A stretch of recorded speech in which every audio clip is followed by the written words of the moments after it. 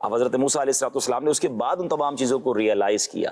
لیکن ان تمام باتوں سے جو ہمارا آج ٹاپک ہے، اگر اس کو غور کریں تو ہمارے لیے اس میں بہت سارے سبق ہیں کہ بعض اوقات اپیرنٹلی دکھتا کچھ ہے، ہوتا کچھ ہے. آج انشاءاللہ ہمارے ساتھ بہت اچھے مبلغین علماء موجود ہیں، مبلغین موجود ہیں، جو ان کے پاس بھی زندگی میں بہت سارے ایکسپیرینس ہوں گے. آپ کو بڑی دلچسپ باتیں بھی ملیں گی.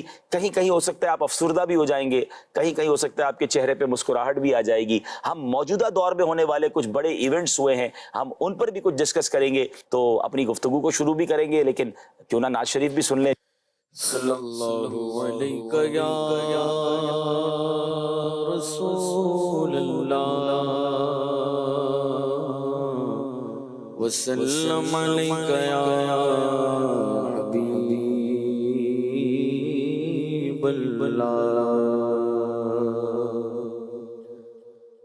صلی اللہ علیہ یا رسول اللہ وسلم علیہ یا حبیب اللہ. مرحبا روح جام مدینہ گئے، مرحبا روح جام مدینہ گئے، مرکز دو جام مدینہ گئے، مرحبا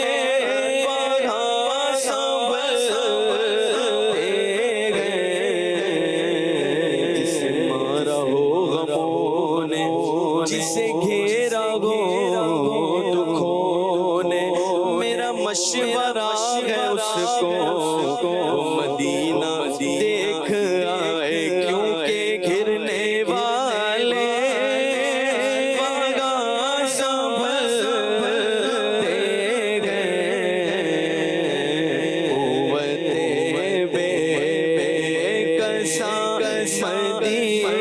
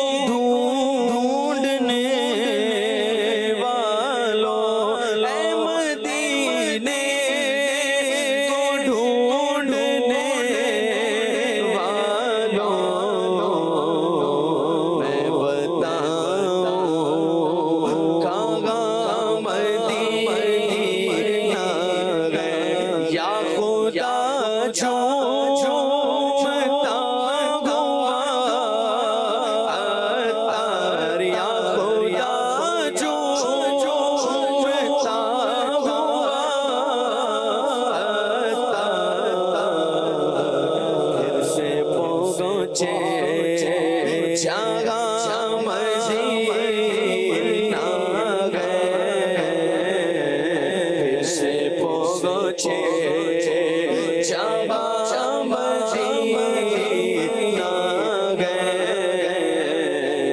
مرغم روح جہاں مدینہ گئے مرکز دو جہاں مدینہ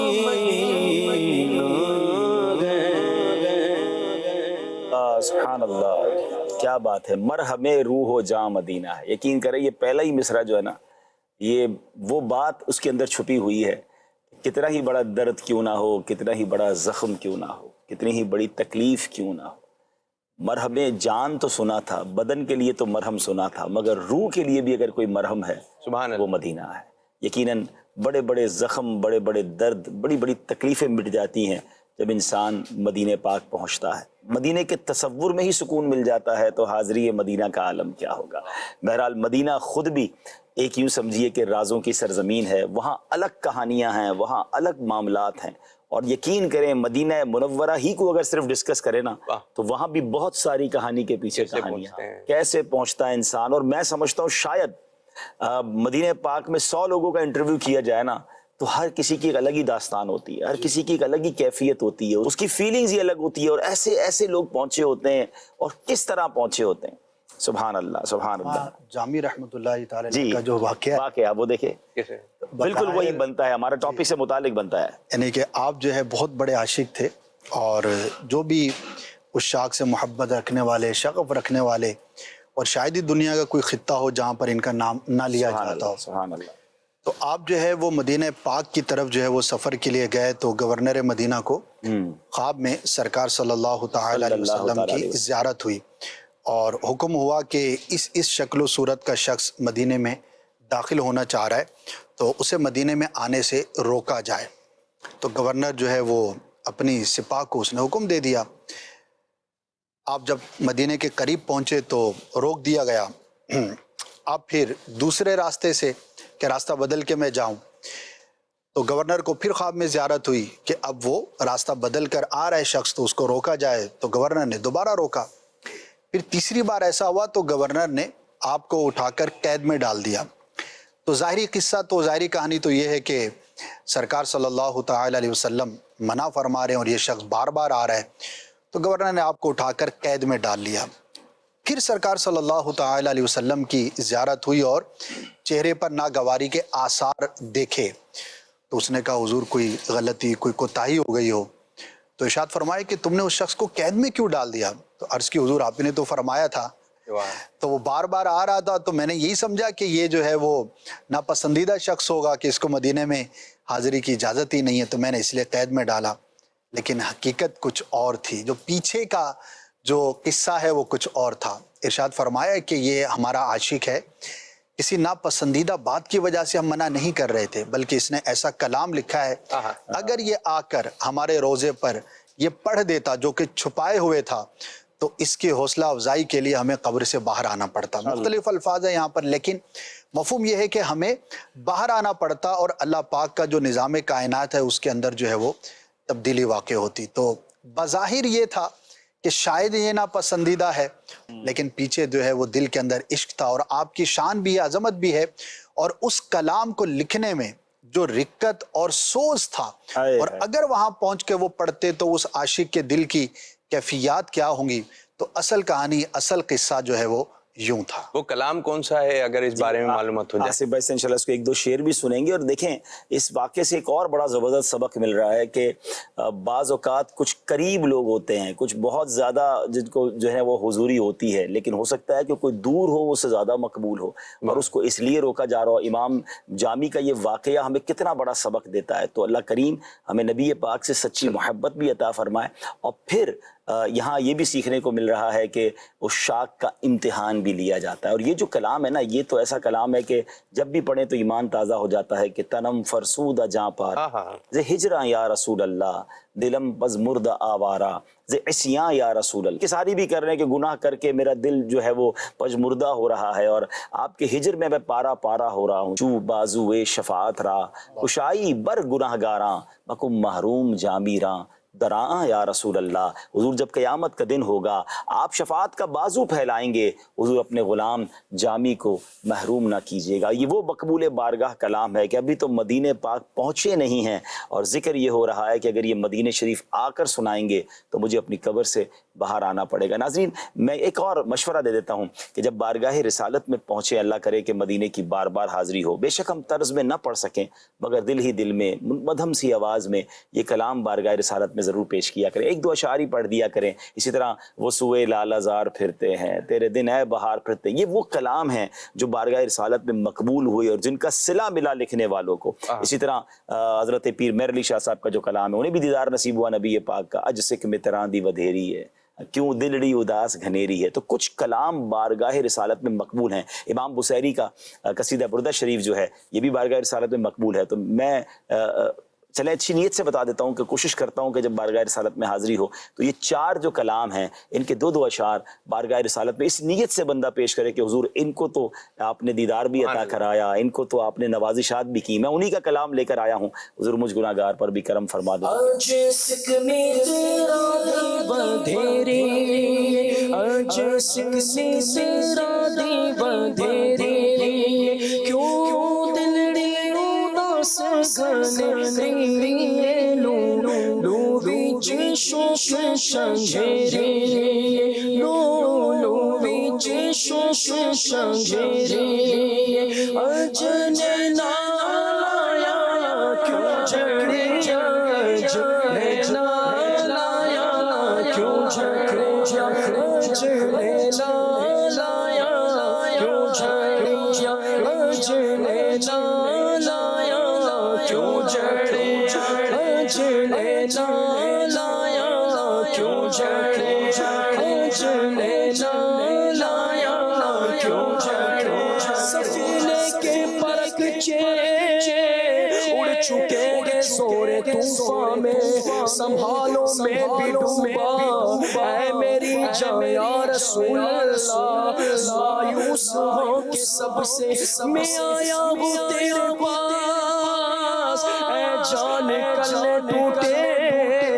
ہوئے دل کو تو پسند نینا لایا کیوں جھڑیا، اج نینا لایا کیوں جھڑیا، اج نینا لایا کیوں جھڑیا۔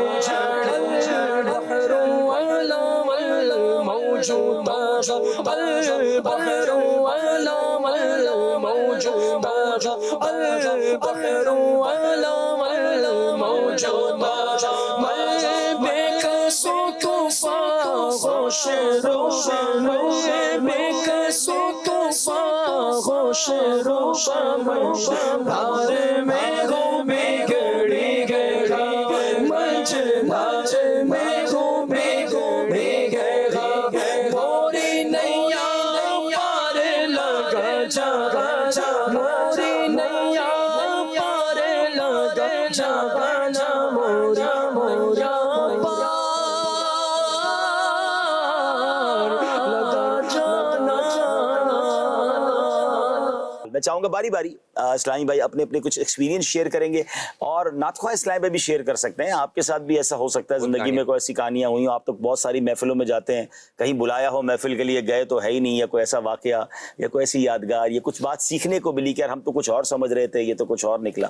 بہرحال راشد بھائی کی طرف سے شروع کرتے ہیں انشاءاللہ۔ پچھلے دنوں میں ایک کتاب پڑھ رہا تھا جس میں صاحب ہدایہ جو ہدایہ شریف کے مصنف ہیں ان کے حالات زندگی لکھے ہوئے تھے، تو اس میں بڑا خوبصورت واقعہ تھا جس میں ہمارے پاس درس بھی موجود ہے اور ان کی سیرت اور ان کا اخلاص بھی اس میں ظاہر ہوتا ہے۔ صاحب ہدایہ بڑی عظیم الشان ہستی ہیں، امام ابو الحسن علی بن ابو بکر صدیقی فرغانی مرغینانی رشدانی رحمۃ اللہ تعالی علیہ۔ ان ناموں القابات کے پیچھے بھی کہانیاں ہیں ساری۔ اچھا، تو یہ بزرگ ہیں اور انہوں نے ایک کتاب لکھی فقہ کے موضوع پر، بدایت المبتدی، بڑی شاندار تھی، لیکن ان کے ذہن میں آیا کہ اس کی کچھ ایکسپلینیشن ہونی چاہیے، اس کی کچھ تشریح ہونی چاہیے۔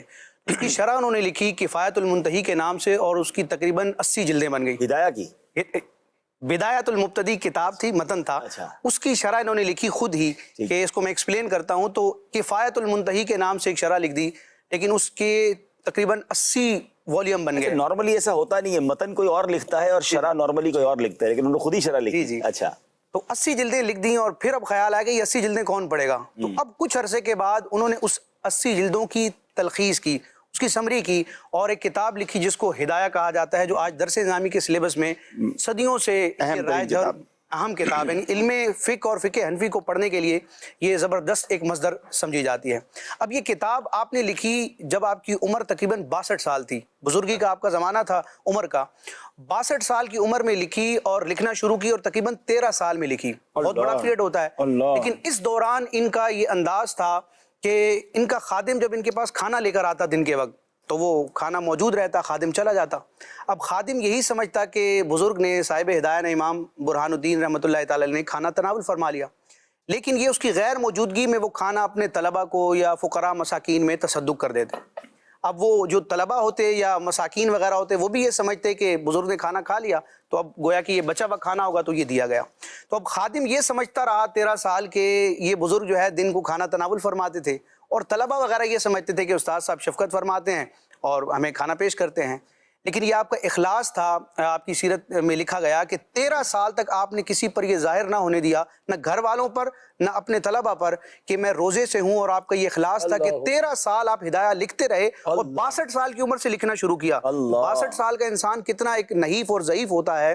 تو اس عالم میں بھی آپ نے 13 سال مسلسل روزے رکھے, جو ایام منہیہ ہیں, یعنی 10, 11, 12, 13 ذوالحجہ اور 1 شوال کا, یہ جو 5 سال منع ہے, روزے رکھنا منع ہے, ان کے علاوہ آپ پورا سال روزہ رکھتے تھے.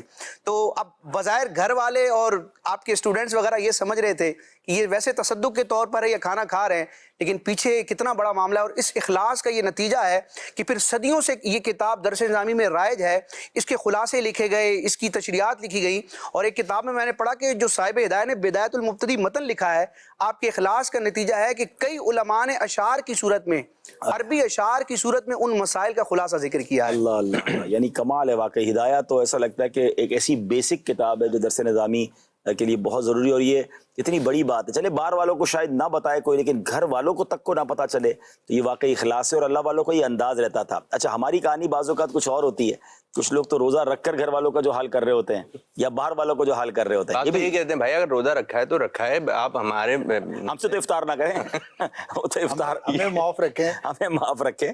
یعنی بعض اوقات گھر والوں پہ اتنا بعض تو نا اثر کے وقت نا خود ہی منع کر دیتے ہیں, مجھ سے بات نہیں کرنا کوئی, ابھی اثر کے وقت میں مجھ سے بات نہیں کرنی اثر کے بعد, ایسا ماحول ہو جاتا ہے. ویسے لوگوں کو نفلی روزہ رکھنا چاہیے کہ نہیں, یہ بھی غور کرنا ہے. حالانکہ صبر کی اگر روزے کی لاجک دیکھی جائے تو اس کی ایک حکمت یہ ہے کہ انسان اپنے جذبات پر قابو پائے اور صبر کرے, لیکن ہم روزہ رکھ کر ہی بے صبری کا بعض اوقات مظاہرہ کرتے ہیں. بالکل صحیح. اچھا, یہ جو ان دنوں میں جو روزہ منع ہے, جیسے ہم لوگ ابھی جو دن گزار رہے ہیں, اس کے پیچھے بھی بڑی زبردست لاجک یہ بتائی گئی نا کہ اللہ پاک کی طرف سے دعوت ہے. سبحان اللہ, یعنی یہ دن اللہ کی طرف سے دعوت ہے, آپ کھائیں, آپ یعنی اس دن روزہ نہیں رکھیں گے تو کیا بات ہے. اب اس دن روزہ نہ رکھنا رب کی رضا ہے, اور بعد میں روزہ رکھنا رب کی رضا ہے. کیا بات ہے, یہ بھی بندگی کا ایک انداز ہے. بہرحال چلتے ہیں عمران بھائی کی طرف. ماشاءاللہ آپ. اچھا, میں ایک بات یہ عرض کروں گا, جیسے کہانی آپ کو تمام باتوں پہ باتیں کرنے کی اجازت ہے. کہانی جیسے ہوتی ہے نا, کہانی سن کر شاید لوگوں کے ذہن میں یہ آ رہا ہو کہ بھائی جیسے ایک بادشاہ تھا, ایسی کہانیاں, پریوں کی کہانی, ہاں ایسی کہانی, پریوں والی کہانی. تو جو اسلامی ہیں واقعات وغیرہ ہیں, ان کو بھی کہانی کہہ سکتے ہیں, ذرا اس بارے میں بھی رہنمائی کہا جا سکتا ہے. قرآن کے واقعات کا لفظ کہانی میں بھی آتا ہے. قصص جو ہے وہ قرآن کا ذکر ہے, احسن القصص, تو قصص قصہ کہانی. اب بس ہمارے یہاں معروف یہ ہو گیا. اچھا, ہم چونکہ صرف قرآنی باتیں نہیں کریں گے, ہم زندگی کے ایکسپیرینس بھی شیئر کر رہے ہیں, تو اس لیے ہم نے اس کو ذرا نارمل سا لفظ رکھا ہے. اصل میں عموماً کہانی کا لفظ جب کہا جاتا ہے نا تو ذہن میں آتا ہے کہ یہ ایک من گھڑت کوئی قصہ ہوگا. تو کہانی کا لفظ عام ہے, کہانی سچی بھی ہو سکتی ہے, جھوٹی بھی ہو سکتی ہے, فرضی بھی ہو سکتی ہے. کبھی اصلاح کے لیے اور ایک میسج دینے کے لیے ہمارے بزرگان دین نے یہ طریقہ بھی اختیار کیا ہے کہ وہ فرضی کہانیاں بھی انہوں نے ذکر کی ہیں. جی عمران بھائی تو امام بھی ہیں, تو مدنی چینل میں بھی ہیں, تو ان کے پاس تو کہانیوں کا انبار ہوگا. میں وہی سوچ رہا ہوں عبدالحفیظ بھائی کہ کس کو بیان کروں, کون سی کہانی بیان کروں. ساری ہم چلتے پھر, اور کیا عمران بھائی. اللہ خوش رکھے آپ کو. ایسا ہوا کہ ایک شخص آیا میرے پاس, اور اس کا اچھا خاصا ایک بزنس تھا, اچھا کھاتا پیتا انسان, اللہ نے بڑا نوازا اس کو. اس کا بزنس تھا یہ اسپورٹس بائکس وغیرہ یا اس طرح کی جو چیزیں ہوتی ہیں نا, اس کا بزنس تھا. بڑی مہنگی ہوتی ہیں, تو وہ پورے کنٹینر منگواتا تھا. ٹھیک ہے. اور پھر جو ہے پاکستان میں اس کو سیل کرتا تھا. تو بہرحال بڑا اچھا چل رہا تھا. تو پھر کچھ مسائل آنا شروع ہوئے. اب ہوا یوں کہ اس کے کچھ پارٹنرز بھی تھے اس کے ساتھ کاروبار کے اندر. آپ کو تو کاروبار کا ماشاءاللہ بڑا تجربہ ہے, کچھ آپ بھی فرمائیں گے. تو کہنے لگا کہ کچھ معاملات ہماری انبن ہوئی اور آپس میں ہمارے معاملات خراب ہوئے, کچھ چھوٹی چھوٹی باتیں ہمارے جو ہے نا وہ دلوں میں بیٹھنا شروع ہوئی. تو ایسا ہوا کہ اب کاروبار سے برکت اٹھ گئی. یعنی پہلے یہ تھا کہ بڑا فائدہ اور بڑا پروفٹ ہو جاتا تھا, اور پھر ایسا ہوا کہ اب ہمیں اگرچہ ہم کام کر رہے تھے, ایک تو اب چونکہ وہ دل آپس میں مل نہیں رہے تھے, ساتھ چلنا بڑا مشکل تھا. دوسرا یہ کہ پھر اب ہم جس کام میں بھی ہاتھ ڈالیں, کچھ بھی کریں, اس میں ہمیں لاس ہو رہا تھا, نقصان ہو رہا تھا. تو پھر ایسا ہوا کہ وہ بندہ جو ہے کہنے لگا کہ ہمارا کاروبار بھی بالکل ختم ہو گیا اور اب ہم پریشان ہیں کہ ہم کیا کریں. تو یعنی وہ بندہ کہ جو اچھا خاصا کما رہا تھا اور اچھی لائف گزار رہا تھا, تو ایک وقت ایسا آیا کہ وہ اس پریشانی کے اندر آنسو بہا رہا ہے اور رو رہا ہے کہ میں اب کروں تو کروں کیا, کسی اور چیز کا تجربہ نہیں ہے, کسی اور چیز میں ہاتھ ڈالیں تو ظاہر ہے کہ پھر وہ تجربہ نہیں ہے اور مارکیٹ کا پتہ نہیں ہے کیسے کرنا کیا کرنا ہے, تو اس میں نقصان ہونے کا زیادہ اندیشہ ہے. اور جس کا تجربہ تھا اس کے بارے میں آپ کو سارا بتا دیا ہے, اب کریں تو کیا کریں. تو اب اس کے بارے میں جب بات کی نا تو پتہ یہ چلا کہ بھائی میں نے کہا جو آپ لوگوں کا اچھا بزنس چل رہا تھا, دوستی بھی تھی اور سب بہتر چل رہا تھا, تو یہ آپس میں ناراضگی اور چپکلیش ہوئی کس بات پر. کہنے لگے ایک مرتبہ ہم آفس میں بیٹھے ہوئے تھے, تو میں نے اپنے دوست سے کہا کہ مجھے پانی پلا دیں. اب چونکہ وہاں پر دیگر ان کے امپلائیز بھی تھے, تو ان کے سامنے میں نے تو لائٹر موڈ میں کہا کہ دوستی ہے, چلو پانی کا گلاس بھر کے دینے میں کیا ہوتا ہے. لیکن بہرحال اس نے فیل کیا اور مجھے سب کے سامنے اس نے ڈانٹ دیا, جھاڑ دیا کہ یار میں پانی پلانے آتا ہوں تمہیں یہاں پر. تو بہرحال اب یہاں سے یہ کہانی شروع ہوئی. صرف ایک پانی کے گلاس سے یہ ناراضگی, یہ چپکلیش, یہ چھوٹی چھوٹی باتیں یہ یہاں سے شروع ہوتی ہیں. اچھا اس نے کیا فیل کیا کہ مجھے نوکروں کے سامنے بول دیا کہ میں پانی کا گلاس بھر کر دوں, حالانکہ میں تو سیٹ ہوں, میں بھی پارٹنر ہوں آپ کا. اور اس نے یہ فیل کیا کہ یار مجھے جو ہے نا وہ سب کے سامنے بے عزت کر دیا اور مجھے پانی کا گلاس نہیں پلایا. پانی کا گلاس پلانے میں کیا حرج ہے, پانی پلانا تو ثواب ہے. تو بہرحال یہاں سے باتیں شروع ہوئیں. اب یہ ہوتا کہ ہفتے مہینے میں کم از کم ایک دفعہ کسی نہ کسی ایک بات پر انبن ہو جانا شروع ہو جاتی, پھر وہ ہفتوں میں آ گئی, پھر ایسے دن آئے کہ وہ دنوں میں جو ہے وہ باتیں خراب ہونا شروع ہو گئی. اب یہ باتیں چھوٹی چھوٹی بڑھتی گئیں اور یوں بڑھتی گئیں کہ اب ہمارا جو ہے نا وہ فوکس اپنے بزنس سے ہٹ کر آپس میں اس چیزوں میں بڑھ گیا کہ میں اونچا ہوں یا یہ اونچا ہے. پارٹنر ہے تو سبھی جانتے ہیں کہ بھائی یہ دونوں سیٹ ہیں, اب یہ ہے کہ بھائی اس کی زیادہ چلتی ہے یا اس کی زیادہ چلتی ہے. اچھا اس طرح کے معاملات کے اندر جو آفس ماحول خراب ہو جاتا ہے آفس کا, پھر چار ایسے بھی ہوتے ہیں کہ چار ان کے ساتھ ہو جائیں گے, چار ان کے ساتھ ہو جائیں گے, کان بھرنے والے بھی ہو جاتے ہیں. تو بہرحال کہتے ہیں کہ یہاں سے وہ معاملہ شروع ہوا. پھر ایسا ہوا کہ ہمیں پروفٹ ہوتا یا نہ ہوتا, ذہن یہ بن گیا تھا کہ بھائی اب جو ہے نا الگ ہونا ہے. اب الگ ہوئے تو جو ہے نا اس کے اندر وہ بات ہی نہ رہی کام کے اندر, کیونکہ ایک دوسرے کے ذریعے سے بھی اللہ رب العالمین جو ہے نا وہ رزق عطا فرماتا ہے. جیسے کہ حدیث مبارک میں ارشاد فرمایا هل تنصرون وترزقون الا بدعافائکم. حضور نے فرمایا کہ تم اپنے ضعیفوں اور کمزوروں کے ذریعے سے مدد کیے جاتے ہو اور تمہیں رزق دیا جاتا ہے. ہو سکتا ہے کہ جب انہوں نے شروع کیا ہو تو ایک مضبوط ہو, دوسرا کمزور ہو, تو یوں شروع ہوئے ہوں تو ایک دوسرے سے مل کر بندہ کام شروع کرتا ہے, نصیب سے ملتے ہیں تو پھر معاملات آگے بڑھتے ہیں. تو کہتے ہیں کہ جب وہ معاملات خراب ہوئے تو پھر اب جو ہے حالت ایسی ہے کہ جو ہمارے پاس موجود ہے, گھر کا چلن بھی اسی سے ہے اور ضروریات بھی اسی سے پوری ہو رہی ہیں. اب یہ ہے کہ نیا ہمیں مال پیسہ نہیں آ رہا. تو اس پر پھر یہ ہوا, بہرحال اس سے بات چیت ہوئی کافی. اچھا ان دنوں میں سرفرید ہمارے جو اسلامی بھائی وہ ٹریننگز وغیرہ بھی بڑی اچھی دے رہے تھے, تو ذہن اسی طرف موٹیویشن کی طرف پہلے ہی گیا ہوا تھا. تو ان سے بات چیت ہوئی تو بہرحال گئے تو وہ مسکرا رہے تھے, وہ ایک الگ بات ہے. لیکن میں یہ سمجھا کہ چھوٹی چھوٹی باتیں جو ہے نا وہ دل میں نہیں بٹھانی چاہیے. دیکھیں بہت اچھی بات آپ نے کی, نا اتفاقی جو ہے نا وہ بے برکتی لاتی ہے. بالکل, چاہے وہ کمپنی ہو, چاہے وہ فیملی ہو, یہاں تک کہ وہ دعوت اسلامی کا ماحول بھی کیوں نہ ہو. چونکہ میرے پاس اوورسیز کی ذمہ داری ہے, میں ملک کا نام نہیں لیتا. ہم ایک بار میں ملک گیا تو وہاں پر اس کے 3 ریجن تھے.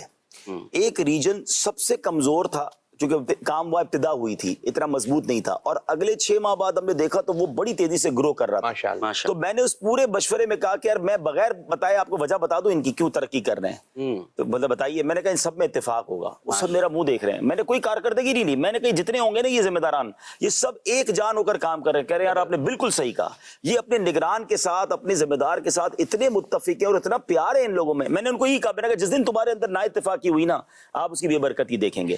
تو فیملی ہو, کاروبار ہو یا دوست ہو, کوئی بھی اگر نا اتفاقی ہے نا وہاں بے برکتی آتی ہے. اب یہ نا اتفاقی والی بات میں سوچ رہا تھا, اگر اس دوست کو اس نے پانی کا کہا اور اس نے برا اس نارا فیل کیا, اس کا فوری طور پہ رپلائی یہ ہوتا کہ یہ پانی کا ایک گلاس بھرتا, ارے بھائی میں آپ کو پلا دیتا ہوں, ناراض کیوں ہو رہے ہو, یہ بات ادھر ہی ختم ہو جاتی. لیکن وہ بات دل میں رکھنا, اچھا پھر بعض اوقات پتہ کیا ہوتا ہے, شیطان ہے نا وہ کہتا ہے آج اس نے مجھے ذلیل کیا نا, میں کل کسی موقع پر اس کو ذلیل کروں گا. یہ جو بدلہ, موقع کی تلاش, یہ ریونج, دل میں کینہ پال کے رکھنا ختم کر دیں یار. اصل میں ایک بات پتہ ہے کیا عمران بھائی, ہم نارملی یہ ماننے کے لیے تیار نہیں ہوتے کہ ہم سارے انسان ہیں اور انسانوں سے غلطیاں ہوتی ہیں. ہو سکتا ہے میری زبان سے کوئی ایسا جملہ نکل گیا جو میں چاہتا نہیں اور آپ کو برا لگ گیا, تو اگر آپ یا تو یہ سوچ لیں کہ اب میں بھی بدلہ لوں گا, یا کہ یار یہ بھی تو انسان ہی ہے نا, کوئی بات نہیں اس کی, اتنی ساری اچھی باتیں بھی تو کی ہیں, کتنی بار مسکرا کے بھی ملا ہے, کتنی بار پیار بھی کیا ہے, آج ایک جملہ کہہ دیا تو کیا ہو گیا. نہیں, ہم وہ سارا پیار بھول جاتے ہیں, وہ ساری مہربانیاں بھول جاتے ہیں, وہ ایک جملہ یاد رکھتے ہیں. اور بدقسمت ہے وہ بچے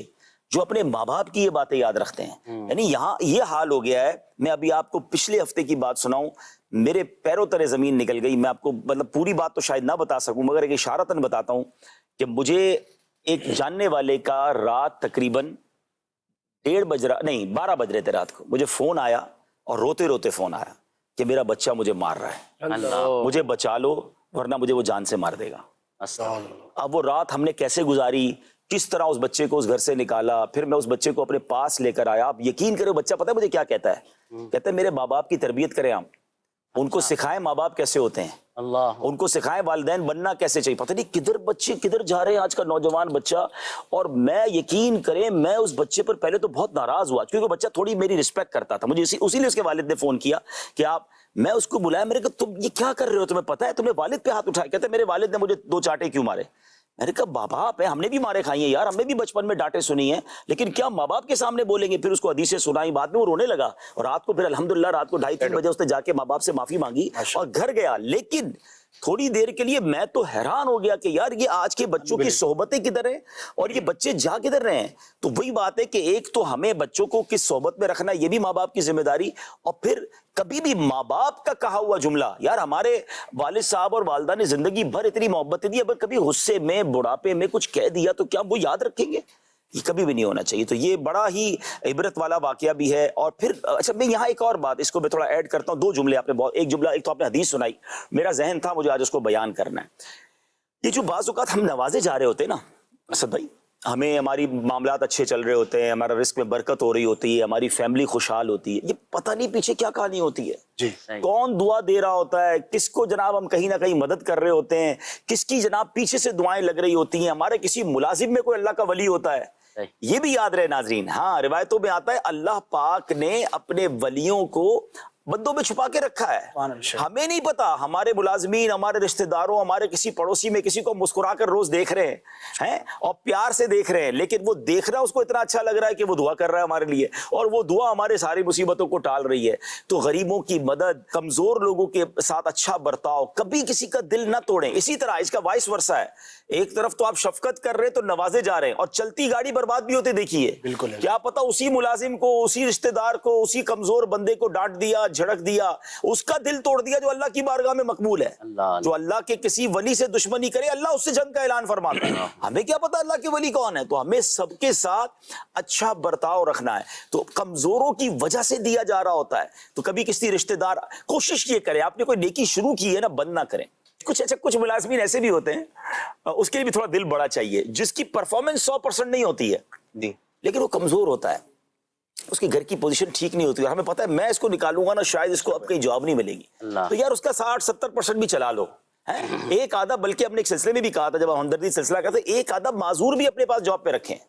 معذور اسلامی بھائی, اس کو کون جاب دے گا جس کے پیر ٹھیک نہیں ہے, ہاتھ ٹھیک نہیں ہے, جو بول ٹھیک نہیں سکتا. آپ کا چھوٹا موٹا وہ کام کرے گا, وہ 50% کام کرے گا, 25% کام کرے گا, تنخواہ 100% لے رہا ہے.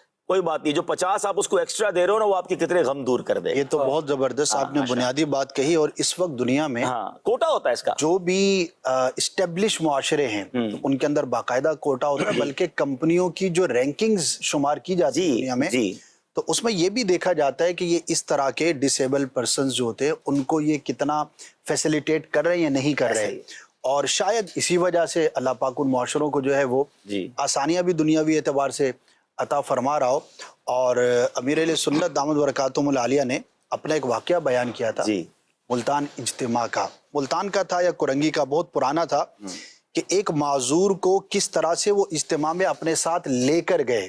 شاید نابینا تھا یا کوئی نہ کوئی اس کے اندر معذوری تھی, تو اس نے کہہ دیا ہوگا امیر اہل سنت کو کہ میں بھی آپ کے ساتھ چلوں گا. امیر سنت نے ہاں کہہ دیا, اور اس کے بعد پھر اس کو جس طرح سے لے کر گئے, وہ واقعہ میرے لیے بہت امیزنگ تھا. وہ ایک ہی دفعہ سنا, اور یعنی وہ بات چل رہی تھی ہمارا جو خصوصیوں کا جو شعبہ ہے کہ یہ کب سے سٹارٹ ہوا. تو امیر نے فرمایا کہ ایک واقعہ جو مجھے یاد ہے, اگر آپ اس کو سٹارٹ اپ سمجھتے ہیں تو وہاں سے لیا جا سکتا ہے, وہ دعا سے. پھر اس کے اندر جو ہے امیر سنت نے واقعہ بیان کیا. تو یہ جو کمزوروں والی بات ہے یہ بہت ہی زبردست بات ہے. ایک تاریخ کے اندر ایک ایسا شخص گزرا ہے, تو اس کو اتھارٹی تھی, میں نام نہیں لیتا اس ملک کا, تو اس کے دماغ میں یہ بات آئی کہ یہ جتنے بھی کمزور ہیں, ناتواں ہیں, اور ایسی بیماری کو پہنچ گئے ہیں کہ جن کا بظاہر درست ہونا جو ہے وہ ممکن نہیں ہے, تو ان کو مار دیا جائے. یعنی کہ ایسے گردے فیل ہو گئے, دونوں ہی فیل ہو گئے. اب وہ ایسا مرض ہوتا ہے کہ عمومی اعتبار سے اس کا بچنا مشکل ہوتا ہے, چاہے کینسر کی ایسی سٹیج ہے. تو اس نے یہ کہا کہ یار یہ تو معاشرے پر بوجھ ہیں, اتنے سارے لوگ اگر ایک کسی ملک کے اندر ہیں اور ان پر ہم کروڑوں اربوں روپے جو علاج پہ خرچ کر رہے ہیں, تو ان سب کو مار دو. تو اس نے کیا, اس کے بعد اس کی قوم برباد ہوئی. اسی طرح یہ بھی ہوا کسی زمانے میں کہ ساری جو ہے وہ چڑیا مار دو, کہ بھائی یہ تو ہماری فصلیں کھاتی ہیں. نہیں, بظاہر تو چڑیا اور یہ پرندے جو ہے وہ فصلوں کو نقصان پہنچاتے ہیں, لیکن پیچھے کیا ہے کہ جب ان کو مارا گیا تو ان کی فصل کی جو ہے وہ کوانٹٹی اور کم ہو گئی. تو جب ریسرچ کی تو پتہ لگا کہ یہ فصل کو کم, اور اس میں جو نقصان پہنچانے والے کیڑے تھے یہ ان کو بھی تو کھاتے تھے یہ پرندے, اللہ کا نظام ہے. تو جب ان کو مارا گیا تو وہ سسٹم جو ہے وہ زیادہ الٹ ہو گیا, اور پھر اس کو پالنا بھی شروع کر دیا. تو کسی بھی نیکی کو بھی چھوٹا نہ سمجھے, کسی گناہ کو بھی چھوٹا نہ سمجھے. ایسے عبداللہ بھائی اس میں یہ بھی ہوتا ہے کہ اگر جیسے آپ نے بتایا, پھر یہ بھی بات چل رہی ہے, تو مشورہ ہوتا ہے کہ بھائی کیا کرنا چاہیے. اب جس طرح بچہ تو جو تھا, اب اس نے بھی کسی نے اپنے والدین کی باتیں بتاتا ہوگا, تو وہاں سے بھی ذہن بنتا ہے. ظاہر مشورہ ضرور ہوتا ہے. ایک مدنی مذاکرے میں ایک بچے نے کال کی امیر سنت کو, وہ بڑا بھائی تھا, اس کا چھوٹا بھائی تھا, تھوڑے سے بچے, وہ بھی چھوٹا ہی تھا. تو امیر سنت سے اس نے شکایت کی, بولا میرا بڑا بھائی جو ہے مجھ پہ روب جماتا ہے, اب بتائیں مجھے کیا کرنا چاہیے. اب وہ آیا تو صاحب کی بارگاہ میں, بولا میرا بڑا بھائی جو ہے مجھ پہ روب جماتا ہے, بتائیں میں کیا کروں. تو امیر سنت نے فرمایا آپ روب میں آ جائے کریں. اب یہ جو جملہ جو تھا کہ روب ہے, اب وہ آیا اس طرح بعض دفعہ بدلہ نہ لیں. اچھا اس میں نا والدین کا بھی بڑا کردار ہوتا ہے. ایک کہانی کے پیچھے کہانی ہم نے کتابوں میں ہی پڑھی کہ ایک 11 سال کے بچے نے اپنی 4-5 سال کی بہن کو باہر لے گیا ہاتھ پکڑ کے, اور قریبی نہر میں دھکا دے دیا, اور بچی کا انتقال ہو گیا. بعد میں جب اس بچے کو پوچھا گیا کہ تمہاری بہن تھی اور تم نے یہ کیوں کیا, تو کہا جب میں گھر میں تھا تو میں ہی لاڈلا, میں ہی پیارا, مجھے ہی ساری چیزیں ملتی تھی, جب سے یہ آئی ہے مجھے توجہ ہی کوئی نہیں دے رہا. اس بچے نے باقاعدہ حسد کی بنا پر, دیکھیں بچوں میں بھی حسد ہوتا ہے, مگر اس کے ریزن کون بنا, وہ ماں باپ بنے, کہ ایک نیا بچہ ہمیشہ ہوتا ہے. اچھا بعض اوقات ہم بچے بانٹ لیتے ہیں, یہ بیٹا میرا, یہ بچی میری دلالی. اچھا اب وہ سب لاڈلا, وہ بیچ میں ایک بچ گیا. وہ کہتے سارے ہی لاڈلے, سارے ہی پیارے, جب ابو آتے اسی کو چومتے, اسی کو گفٹ. یہ نہیں کرنا چاہیے. بچے بڑے حساس ہوتے ہیں. آپ کو اگر واقعی ایک پیارا ہے, دیکھیں اس سے انکار نہیں ہے, کوئی ایک بچہ پیارا لگتا ہے, لیکن آپ ڈسٹریبیوشن برابر کریں. بلکہ روایتوں میں آیا کہ پہلے بچیوں سے شروع کریں اور برابر تقسیم کریں. بچیوں سے شروع کریں اور سب کو پیار کریں. بلکہ میں تو یہاں مشورہ دوں گا کہ کچھ لوگوں سے فطری پیار ہو جاتا ہے نا بچوں سے, جس سے فطری پیار نہیں ہے نا, اس کو ذرا تھوڑا سا زیادہ خیال کریں. فطری پیار والے کو چومیں گے تو زیادہ مزہ آئے گا آپ کو, لیکن اس کو اچھا بھی نہیں لگ رہا, پھر بھی اس کے ساتھ پیار کریں. ورنہ ایسا نہ ہو کہ آپ کی زندگی میں, آپ کے انتقال کرنے کے بعد آپ کے بچوں میں ہی لڑائیاں شروع ہو جائیں, بھائی بھائی میں حسد ہو جاتا ہے. تو یہ بہت ضروری ہے. اور میں یہاں پر آپ ایک چھوٹی سی پریکٹس بھی سمجھاتا ہوں. بعض اوقات ہمیں احساس ہو جاتا ہے کہ یار ان دو بھائیوں میں بن نہیں رہی ہے, ٹھیک ہے. اچھا یہ میرا ایک چھوٹا سا تجربہ ہے. اچھا کبھی کبھی ایسا نہیں بھی ہوتا, لیکن زیادہ یہ ہوتا ہے جن بھائیوں میں یا بہنوں میں فرق کم ہوتا ہے نا عمر کا, وہاں لڑائی زیادہ ہوتی ہے. جن میں تھوڑا فرق زیادہ ہو جائے نا, اب مثال میرا بھائی ہے,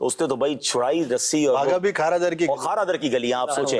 اچھا پھر خالی بیل نہیں بھاگا, پورا خارا در بھاگا. جی وہاں تو پتہ ہے ہر بندہ ہی کیا کہتے ہیں, وہ عبداللہ کی شادی میں کیا ہے, وہ بیگانے کی شادی میں وہ دیوانہ ہو گیا. اچھا بعض جب قصہ سنا رہے ہوتے ہیں نا, جیسے ہم نے کہا کھارا در کی گلیاں, تو جس کو پتہ ہی نہیں ہے کھارا در ہے کیا, بولے کیسی گلیاں. ہاں بھائی, وہ کراچی کا بڑا کنجسٹڈ ایریا ہے, وہاں تو سمجھ لے چلنا مشکل ہے. بیل وہ بھی بڑا خطرناک بڑا والا, اور اس کے پیچھے پورا محلہ بھاگ رہا ہے, مبالغہ کروں تو. اچھا ہم تو کہیں اور رہ گئے نا, پیچھے رہ گئے. رونق والا علاقہ کہہ لے. اچھا وہ رونق والا بیل تھا, اب وہ بیل بھاگا تو اس کے پیچھے سب بھاگے. اچھا ہم تو کہیں پیچھے رہ گئے. اچھا وہ بھاگی جا رہا ہے, وہ بھی آگے بھاگ رہا ہے, اسکوٹریں گرا رہا ہے, وہ ساری چیزیں ہو رہی ہیں. اس میں بعض اوقات کافی دیر تک تو گلیوں میں وہ بھاگتے رہے, نہیں ملا. پھر وہ پتہ ہے کہاں چلا گیا, وہ یہ پہچان جائیں گے, وہ ہمارا جس کو وہ بغیچہ جو ہے نا, بغیچے والی سائڈ پہ, ہاں ادھر خاردر بغیچے کی طرف, وہ ادھر چلا گیا. اب کیا ہوا کہ کسی سمجھدار آدمی نے کہا بھائی تم جتنا بھاگو گے اتنا وہ آگے بھاگے گا, اس کو چھوڑ دو. کہاں جائے گا, ٹھیک ہے بھائی گلیوں میں ہی جائے گا نا, جانے دو. اسکوٹر پہ 2 بندے بیٹھے, کہا ہم اس کو دیکھتے رہتے ہیں, آپ چھوڑ دو. وہ بھاگ بھاگ کے ویسے ہی تھک گئے تھے جنہوں نے بھاگنا تھا, ان کا ویسے ہی سانس, وہ جانور ماشاءاللہ یہ تو یہ کھڑے ہو گئے سارے. اب وہ اسکوٹر پہ لڑکے جو 2 تھے یا جو بھی اسلام بھائی تھے, وہ پیچھے پیچھے جاتے رہے. وہ بھاگتا رہا, آخر جب اسے دیکھا پیچھے بھی کوئی نہیں بھاگا, تو کسی کونے پہ جا کے خود ہی کھڑا ہو گیا. انہوں نے چارہ وارہ لیا, اس کو پہلے چارہ کھلایا, اس کی رسی پکڑی اور لے کر آ گئے. ہمارے ساتھ مبلغ دعوت اسلامی صوبان بھائی بھی موجود ہیں.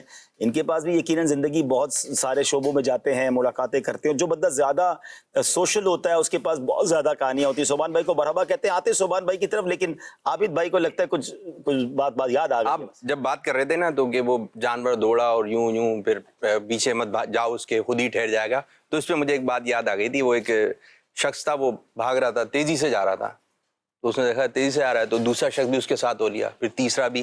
اب سب بھاگے جا رہے ہیں, اچھا خاصا مجمع جو ہے نا, وہ جو آگے والے شخص ہے اس کے پیچھے بھاگے آ رہا ہے. تو اس نے, ایک سمجھدار آدمی تھا, اس نے آگے والے کو پکڑا, بھائی کیوں بھاگ رہا ہے؟ تو بولے چائے کا ہوٹل ہے, گاہک زیادہ آ گئے تو کب لینے جا رہا ہوں. اور بولے پیچھے والے بات اب یوں ہوتا ہے, بس بھاگو. بھیڑ چال ہوتی ہے, جو سب کر رہے ہیں وہ کرنا شروع کر دو. ایک بندہ اوپر دیکھ رہا ہو نا, تو سارے آ کے اوپر دیکھ رہے ہوتے, پتہ نہیں ہوتا کیوں دیکھ رہے ہو, یہ کیوں دیکھ رہا ہے تو ہم بھی دیکھ لیں. چل رہا ہے بناتے ہیں لوگ سوشل, اس طرح ایکسپیریمنٹ کے طور پہ لوگ بناتے ہیں, لوگوں کو تنگ بھی کرتے ہیں. ویسے تنگ نہیں کرنا چاہیے. اس کا بڑا تجربہ ہوا ہوگا کہ اگر کوئی ایک ٹریک گاڑی والا کھڑا ہو گیا نا, آپ دوسرے رک کے یہ دیکھ رہے ہوتے ہیں کہ یہ کھڑا کیوں ہے, یہ یہاں پہ کیوں رکا. اچھا ایک بندے کو اچانک ٹرن کر کے کہیں جانا ہو نا, تو وہ بعض اوقات کوئی موٹر سائیکل والا ٹرن کر جاتا, ساری ٹرن کرنے لگ جاتے, لگتا ہے آگے روڈ بند ہے, وہ آگے جا کے اپنے گھر پہ رک جاتا ہے, باقی گلیوں میں. ایک بار بالکل ایسا ہوا, ابھی ہم اسلام آباد پنڈی میں تھے, تو ایک جگہ جا رہے تھے, تو روڈ کافی بند تھا, تو 1-2 گاڑیاں گلی میں مڑی, تو ہمارے ڈرائیور نے بھی گاڑی ادھر ہی موڑ لی. میں نے کہا آپ کو راستہ پتہ ہے؟ بولا یار سب جا رہے تو جا ہی رہے ہوں گے, اور یہی ہوا کہ وہ شاید اپنے گھر جا کے رک گئے اور ہم بیچ گلیوں میں جا کے پھنس گئے. اسی لیے کہانی کے پیچھے عوام کل انام, کہ عوام چوپائے گی, اس طرح چلے گی تو چل پڑتے سارے لوگ. چلے جناب صوبان بھائی سے بات کرتے ہیں. السلام علیکم ورحمۃ اللہ وبرکاتہ. وعلیکم السلام ورحمۃ اللہ وبرکاتہ. عید مبارک ہمارے پارٹنر. ماشاء اللہ, کیسے ہیں آپ صوبان بھائی, ٹھیک ہیں؟ الحمدللہ رب العالمین علی کل حال. ہمارے پروگرام کا ٹاپک کہانی کے پیچھے کہانی. کچھ دیکھا ہوگا آپ نے پروگرام, آپ بھی اپنا کوئی ایکسپیرینس شیئر کیجئے, کچھ بتائیے. جی حضور ماشاء اللہ, بہت ہی خوبصورت ٹاپک ہے اور بہت ہی زبردست اور کمال کی گفتگو جاری ہے. مزہ بھی آ رہا ہے, لطف بھی آ رہا ہے, اور بہت کچھ سیکھنے کو بھی مل رہا ہے. ایکچولی میں صرف یہ پارٹیسپیٹ کروں گا کہ سب سے پہلے یہ جو پیچھے کہانی ہوتی ہے نا حضور, اصل میں وہی بات ہوتی ہے, اور اس کو جو بھانپ لیتا ہے سمجھ لے وہی اصل چیز تک پہنچ جاتا ہے. ہر انسان کی زندگی میں ایسی کافی چیزیں ہوتی ہیں. یہ کہا جاتا ہے کہ ایک انسان کے بہت سے چہرے ہوتے ہیں. ایک وہ چہرہ ہوتا ہے جو کہ اس کا عوام کے سامنے ہوتا ہے, جو سب دیکھ رہے ہوتے ہیں, اور ایک وہ چہرہ ہوتا ہے جو پیچھے ہے, جو کوئی نہیں دیکھ رہا ہوتا, اور ایک چہرہ وہ ہوتا ہے جو صرف دوستوں کے سامنے آتا ہے, اور ایک چہرہ وہ ہوتا ہے جو صرف فیملی کے سامنے, سب کے سامنے ہوتا ہے. اور یہ ایک کہا جاتا ہے کہ انسان جنگل میں گیا اور وہاں جا کے کیا دیکھتا ہے کہ ایک بلی, کیٹ, اس پہ غرا رہی ہے, آگے بڑھ کے اس کو کاٹنے کی کوشش کر رہی ہے. تو وہ پہلے تو ڈر گیا, جانے لگا, لیکن پھر اس نے سوچا کہ بلی عام طور پہ غراتی نہیں ہے, کاٹتی نہیں ہے.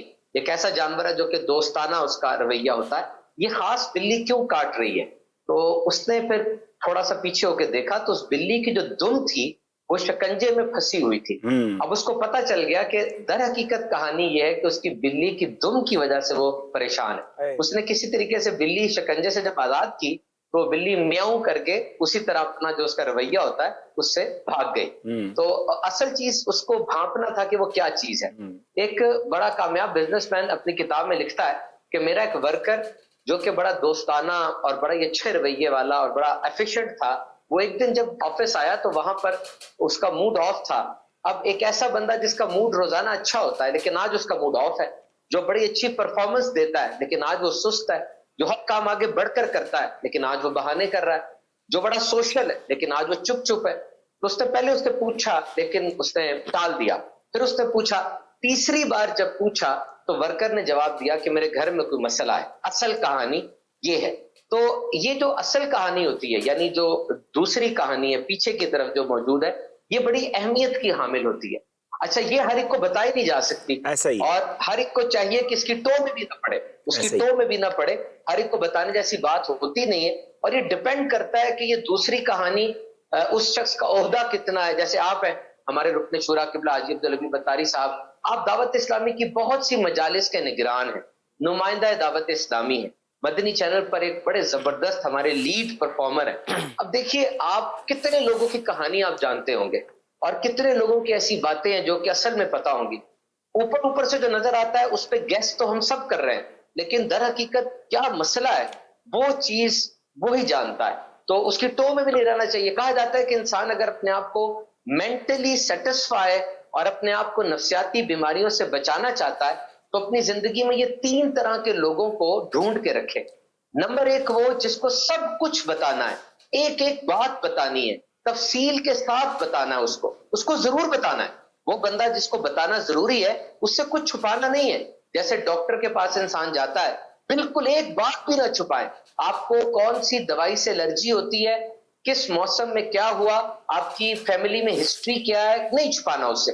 اسی طرح بچوں کو چاہیے ماں باپ سے کچھ نہ چھپائے, ان کو وہ باتیں بتائیں جو ضروری ہیں. ایک ملازم کو اپنے باس کو جس کو بتانا ضروری ہے سب کچھ بتانا چاہیے.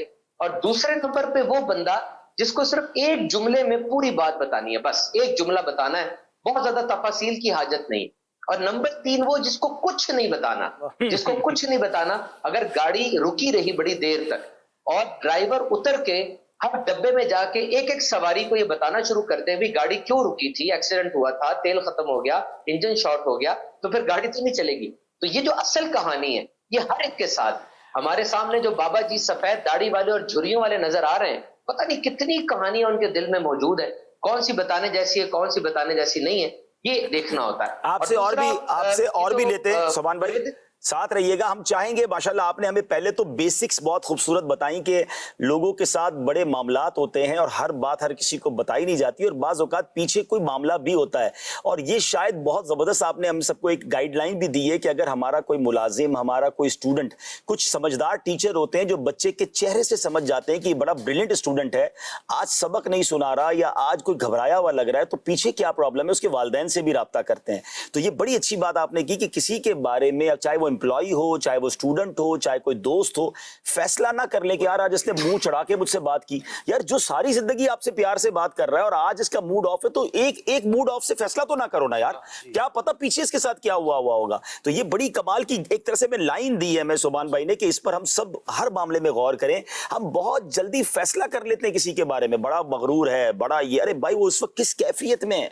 بلکہ میں آپ کو یہاں اس کا ایک اور سائڈ بتاؤں, ہمارے قبلہ حاجی شاہد صاحب نگران پاکستان, بڑوں سے بڑی باتیں سیکھنے کو ملتی ہیں. مجھے ان کا ایک جملہ بہت عرصے سے سنا اور یاد ہے. دیکھیں یہاں ایک بات تو میں نے ان لوگوں کے لیے کر دی جو ہمیں دیکھ کر فیصلہ کرتے ہیں, نہیں کرنا چاہیے.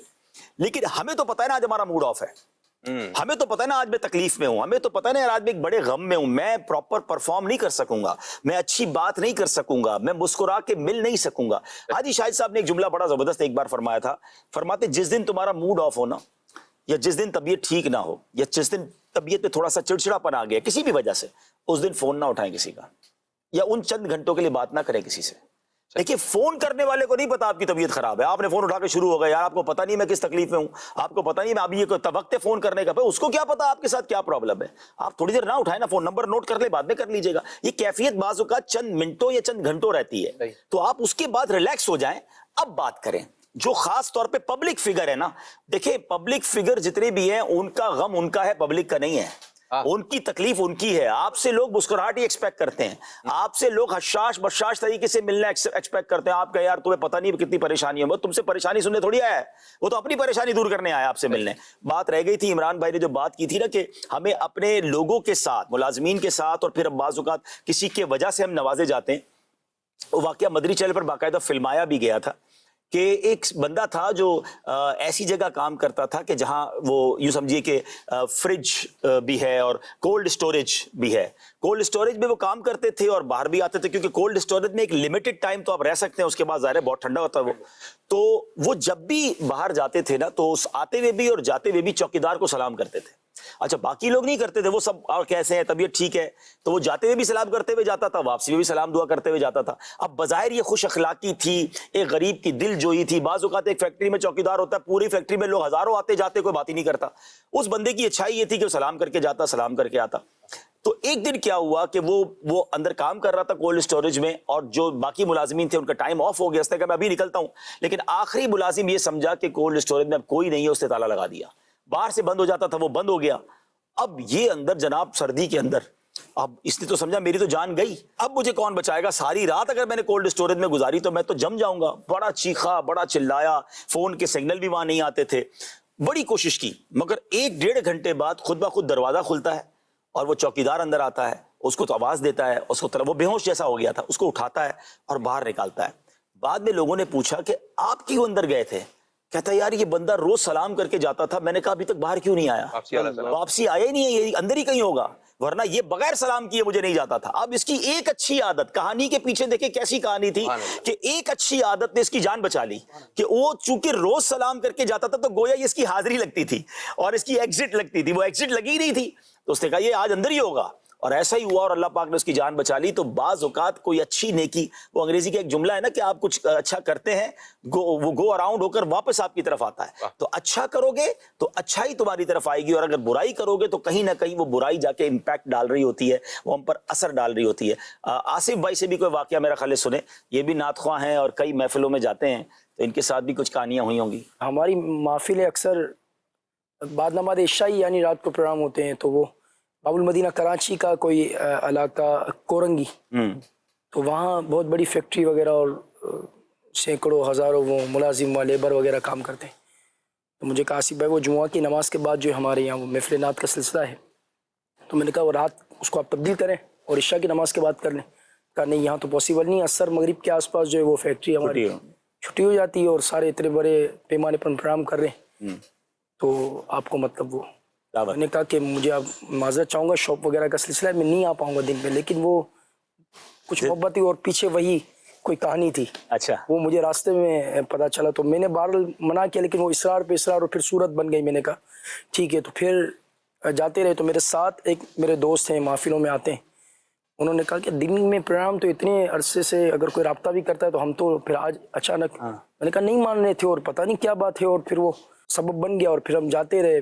پھر پروگرام میں ہم جب پہنچے تو کلام وغیرہ کی جب باری آئی تو میں نے کلام پڑھا, اور کلام پڑھنے کے بعد کا اختتام آپ نہیں کرنا ہے محفل کا. محفل اختتام اور کرنے سے قبل ہی کچھ یہ مدینہ شریف کی حوالے سے کوئی کلام چل ہی رہے تھے, اور پھر خلاصہ جو یہ ہوا کہ پروگرام جب اختتام کی جانب بڑھا تو پھر محفل والوں نے, انتظامیہ نے اناؤنس کیا کہ آصف بھائی کے لیے جو وہ مدینہ شریف کا عمرے کا ٹکٹ اناؤنس کرتے ہیں. تو اس طرح وہ کہانی کے پیچھے وہ کہانی چلتی رہی. تو پھر وہ اچھا وہ 40 سال سے کم یہاں وہ قانونی طور پہ تھا کہ وہ ایک محرم, تو اسی دوران ایک اور اعلان ہوا کہ آصف بھائی کو ان کی والدہ کے ساتھ ایک اور عمرے کا ٹکٹ ہم جو ہے نا وہ, اب وہ دوست جو ہے مجھے دیکھ رہے, بولے کہانی کیا ہے, ہم رات کو پروگرام کرتے ہیں, دن میں یہ سارا وہ سلسلہ محفل کا, کہاں کا منصب, کہاں کی دولت, قسم خدا کی حقیقت. اب دن میں کوئی پروگرام کے لیے بلایا گا تو آپ نے جنہیں بلایا ہے مصطفیٰ نے وہی مدینے کو جا رہے ہیں. تو اس طرح کے بہت سارے واقعات ہیں, اور یہ مطلب ایک کہانی کا سبب یوں بنا کہ مدینے شریف کی حاضری کا وہ سلسلہ ہونا تھا, وہ دن میں وہاں مجھے بلایا گیا, یہ پروگرام کا سلسلہ بنا, اور اس اچھا طرح انہوں وہ نے پہلے نہیں بتایا تھا آپ کو کہ آپ آئیں گے تو مدینے کا کچھ بھی نہیں، کچھ بھی انہوں نے ذکر نہیں کیا کہ بس چلیں، وہ یہ بڑے کرم کے ہیں فیصلے، یہ بڑے نصیب کی بات ہے۔ اب عابد بھائی کو دوپہر کو بلا سکتے ہیں نہیں دوپہر کا تو نظر آ گیا نا، ہاتھوں ہاتھ رزلٹ ملا ان کو، رات میں نہیں، ایک بس ایک دوپہر کی محفل کا شاید عباسی بھائی منع نہ کریں۔ سلسلہ اس طرح حدیث شریف کا اس طرح بن گیا وہ۔ چلیں ماشاءاللہ ماشاءاللہ، عابد بھائی کی طرف چلیں گے۔ آپ کو بھی کہانیاں تو آپ کے پاس، آپ تو ابو الکہانیاں ہیں۔ یا اللہ جی اچھا یوں ہے کہ جیسے کہ نا کچھ لوگ ایسے ہوتے ہیں کہ وہ کہتے ہیں مجھے ان پر بہت اعتماد ہے، تو پھر ہم کہ اعتماد رکھیں، بعض دفعہ وہ بدل جاتے ہیں۔ جیسے بہت کچھ سگے رشتے ہوتے ہیں، جس طرح ایک بچہ تھا، اس کے پاس 3 سیب تھے، تو والد نے کہا بیٹا سیب دو، تو اس نے خود کھانا شروع کر دیا۔ ابو کو غصہ آیا، بیٹا سیب دو، اس نے دوسرا سیب اٹھایا، پھر کھا رہا ہے۔ والد کو اور غصہ آیا کہ یار سیب مانگنا، خود کھانا شروع کر دیتے ہیں۔ پھر والد جو ہے نا یہ ہوگا کہ یار یہ حرکت کیا کر رہا ہے، یہ میں سے سیب مانگتا ہوں یہ خود کھانا شروع کر دیتا ہے۔ پھر جب اس نے تیسرا سیب اٹھایا نا، اس نے چکھ لی، تو بولے ابو یہ زیادہ میٹھا ہے، یہ لیں۔ تو اس سے پہلے جو اس کے ذہن میں معاملہ چل رہا تھا کہ یار یہ نافرمانی کر رہا ہے اور یہ صحیح نہیں ہے، اور بچے کی نیت یہ تھی کہ میں جو ہے اپنے والد کو میٹھا والا سیب دوں۔ ایک والد نے جو ایک گاڑی خریدی، اور بڑی شاندار نئی گاڑی لے کر آیا، اور بڑی اس کی ایک وہ تھی کہ یار یہ گاڑی مجھے خریدنی ہے، تو بڑی اس نے ایک وہ گاڑی آ گئی گھر کے اندر، تو روزانہ اس کو کپڑا لگانا، یوں صاف ستھرائی رکھنا، یوں کرنا، تو بڑی وہ دیکھ بھال کرتا تھا، تو یہ اس کا دل لگا ہوتا اس گاڑی میں۔ ایک مرتبہ اس کے بچے نے جو ہے نا وہ ایک اسکریچ ڈال رہا ہے، وہ نشان ڈال رہا تھا، اتنے میں والد آ گیا۔ اب نئی گاڑی اور وہ اسکریچ آ رہا ہے، تو وہ تو دل پہ آ رہا ہے، ہاں دل پہ اسکریچ، دل پہ آ رہا ہے اسکریچ۔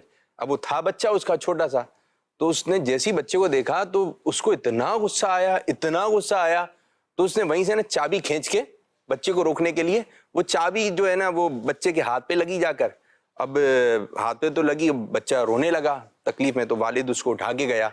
اب اس کو تھا کہ یار یہ گاڑی پہ اسکیچ ڈال رہا تھا، تو بہرحال چوٹ اتنی شدید تھی کہ بچے کی انگلی ٹوٹ گئی، اللہ، اس کو پلستر وستر ہوا۔ اب والد کو اتنا افسوس ہوا، میرے ہاتھ سے یوں ہو گیا، اتنا افسوس ہوا، اس کو ایک ٹھیک ٹھاک قسم کا صدمہ ہوا۔